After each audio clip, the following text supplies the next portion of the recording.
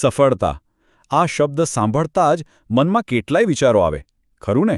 કોઈ કહે છે સ્માર્ટ વર્ક તો કોઈ કહે છે હાર્ડવર્ક. પણ શું જવાબ ખરેખર આટલો જ જટિલ છે? આજે આપણે એક એવા વિચારને જાણીશું જે ખૂબ જ સરળ છે, પણ એની અસર એટલી જ ઊંડી છે. આજે આપણે જે વાત કરવાના છીએ એનો આખો આધાર છે ડૉક્ટર ગની પટેલના આ ઊંડા વિચાર પર. આ છબીમાં જે શાંતિ અને ગહનતા દેખાય છે એ જ એમના શબ્દોમાં પણ છુપાયેલી છે.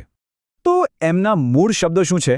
મહેનત કરીએ, સમર્પણ દાખવીએ અને ધૈર્ય જાળવીએ એટલે સફળતા આપોઆપ મળે. લાગે છે ને એકદમ સીધું અને સરળ, પણ શું ખરેખર સફળતા આ ત્રણ વસ્તુઓથી જ મળી જાય છે? ચાલો એને જરા ઊંડાણથી સમજીએ. તો આ શક્તિશાળી વિચારને બરાબર સમજવા માટે આપણે એને એના ત્રણ મુખ્ય પાયા એટલે કે ત્રણ સ્તંભોમાં વહેંચી દઈશું અને જોઈશું કે દરેક સ્તંભનું શું મહત્વ છે. તો સફળતાના આ માળખાનો પહેલો અને કદાચ સૌથી મૂળભૂત પાયો એ છે અતૂટ પ્રયાસ એટલે કે સખત મહેનત. મહેનત એટલે શું? આ ખાલી શારીરિક કામની વાત નથી. આ તો શારીરિક અને માનસિક બંને રીતે થતા પરિશ્રમની વાત છે. એમ સમજો કે આ એ એન્જિન છે જે સફળતાની ગાડીને ધક્કો મારે છે. એના વગર તો ગાડી 1 ઇંચ પણ આગળ ન વધે. ચાલો, એન્જિન તો ચાલુ થઈ ગયું, પણ ગાડી કઈ દિશામાં જશે? બસ એના માટે જ આવે છે આપણો બીજો સ્તંભ, ઊંડું સમર્પણ. સમર્પણ એટલે એ મહેનત પાછળનું કારણ, આપણું કેમ. એ એક અંદરની આગ જેવું છે, તમે સમજો છો ને? જ્યારે બધું અઘરું લાગે, જ્યારે હિંમત તૂટી જાય, ત્યારે આ જ સમર્પણ આપણને ફરીથી ઊભા કરે છે. એ જ તો મહેનતને એક દિશા આપે છે, એક લક્ષ્ય સાથે જોડી રાખે છે. તો જુઓ, આ ફરક સમજવા જેવો છે. મહેનત એ છે શું કરીએ છીએ, જ્યારે સમર્પણ એ છે કે શા માટે કરીએ છીએ. મહેનત એ બહારથી દેખાતો પ્રયાસ છે, પણ સમર્પણ એ અંદરની પ્રતિબદ્ધતા છે. એક વગર બીજું સાવ અધૂરું છે. ગમે તેટલી મહેનત કરો, પણ જો દિલથી એ કામ સાથે જોડાયેલા ન હોઈએ તો એ મહેનત કદાચ ધાર્યું પરિણામ ન પણ આપે. અને હવે ત્રીજો અને સૌથી અગત્યનો સ્તંભ, કદાચ એવો ગુણ જે કેળવવો સૌથી અઘરો છે, અને એ છે સ્થાયી ધૈર્ય એટલે કે ધીરજ. ધૈર્ય, ધીરજ, આનો મતલબ એ નથી કે હાથ પર હાથ ધરીને બેસી રહેવું. ના, બિલકુલ નહીં. આનો અર્થ છે કે જ્યારે પરિણામ તરત જ ન દેખાય ત્યારે પણ હિંમત ન હારવી.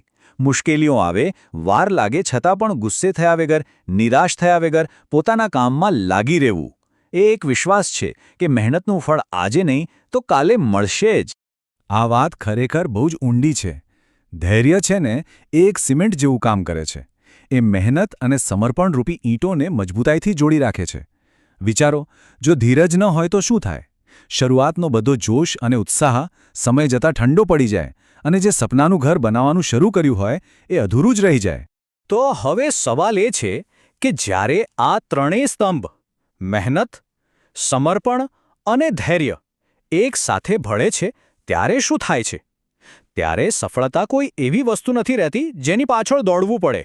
ના, એ તો એક સ્વાભાવિક પરિણામ બની જાય છે. ચાલો જોઈએ કેવી રીતે. જુઓ, આ આખી પ્રક્રિયા એકદમ સિમ્પલ છે. પહેલું પગલું અતૂટ પ્રયાસ એટલે કે મહેનત કરો. બીજું, એ કામ પ્રત્યે ઊંડું સમર્પણ જાળવી રાખો. અને ત્રીજું, પરિણામ માટે સ્થાયી ધૈર્ય રાખો. અને પછી સફળતા સામેથી આવશે. આ બિલકુલ એક છોડ ઉગાડવા જેવું છે. મહેનતથી બી વાવો, સમર્પણથી રોજ પાણી આપો અને ધૈર્યથી એને મોટું થવાની રાહ જુઓ. ફળ તો મળવાના જ છે, ખરું ને? અને આ રીતે આપણે ફરી પાછા ડૉક્ટર પટેલના મૂળ વિચાર પર આવીએ છીએ કે જો આપણે સખત મહેનત કરીએ, સમર્પણ બતાવીએ અને ધીરજ જાળવીએ તો સફળતા આપોઆપ આવે છે. આ કોઈ જાદુ નથી, પણ જીવનના કોઈ પણ ક્ષેત્રમાં આગળ વધવા માટેનો એકદમ નક્કર અને ભરોસાપાત્ર રસ્તો છે.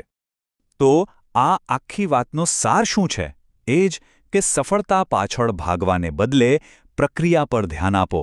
પોતાનો પાયો મજબૂત બનાવો, મહેનત, સમર્પણ અને ધૈર્યથી. એકવાર પાયો મજબૂત થઈ ગયો પછી ઇમારત તો બનવાની જ છે. સફળતા તો એનું કુદરતી પરિણામ છે. અને હવે જતા એક સવાલ જે વિચારવા જેવો છે. આ ત્રણ સ્તંભોમાંથી મહેનત, સમર્પણ અને ધૈર્ય કયો સ્તંભ બનાવવા અને ટકાવી રાખવા માટે સૌથી વધારે આંતરિક શક્તિની જરૂર પડે છે? જરા વિચારો. પોતાના જીવનમાં આ ત્રણમાંથી કયો સ્તંભ સૌથી મજબૂત છે અને કયા પર હજી થોડું કામ કરવાની જરૂર છે? આનો જવાબ તો દરેકને પોતાની અંદરથી જ મળશે.